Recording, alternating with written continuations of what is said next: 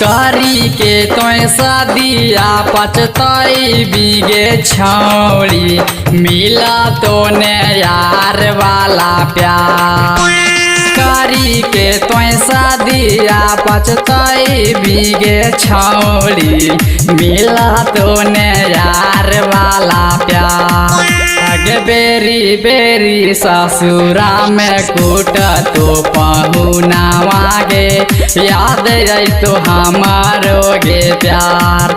आगे बेरी बेरी ससुरा में कूट तो पहुनावा गे याद आई तो हमारो गे प्यार। करी के तोय शादिया पचतई बीगे छौड़ी मिला तो न यार वाला प्यार।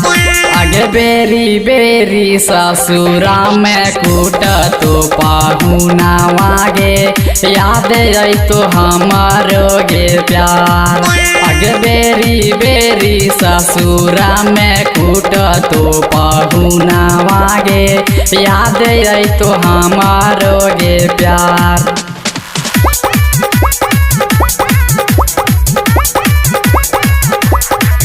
आगे हमरा जैसन प्यार दुलारे गे छौड़ी कर तो ना कोई बारबार।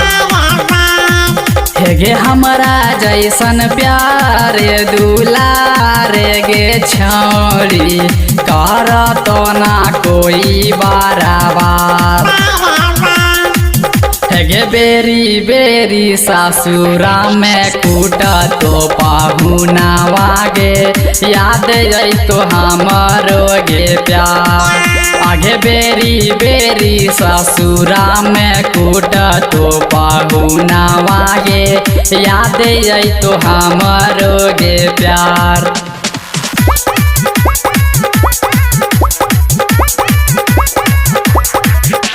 रोहित से लेसावा के प्यार में छौड़ी चल गईली छोड़ी के पारा। हेगे रोहित से लेसावा के प्यार में छौड़ी चल गईली छोड़ी के पारा। हेगे बेरी बेरी ससुरा में कूट तो पहुनावा गे याद आई तो हमारो गे प्यार। आगे बेरी बेरी ससुरा में कूट तो पहुनावा गे याद आई तो हमारो गे प्यार।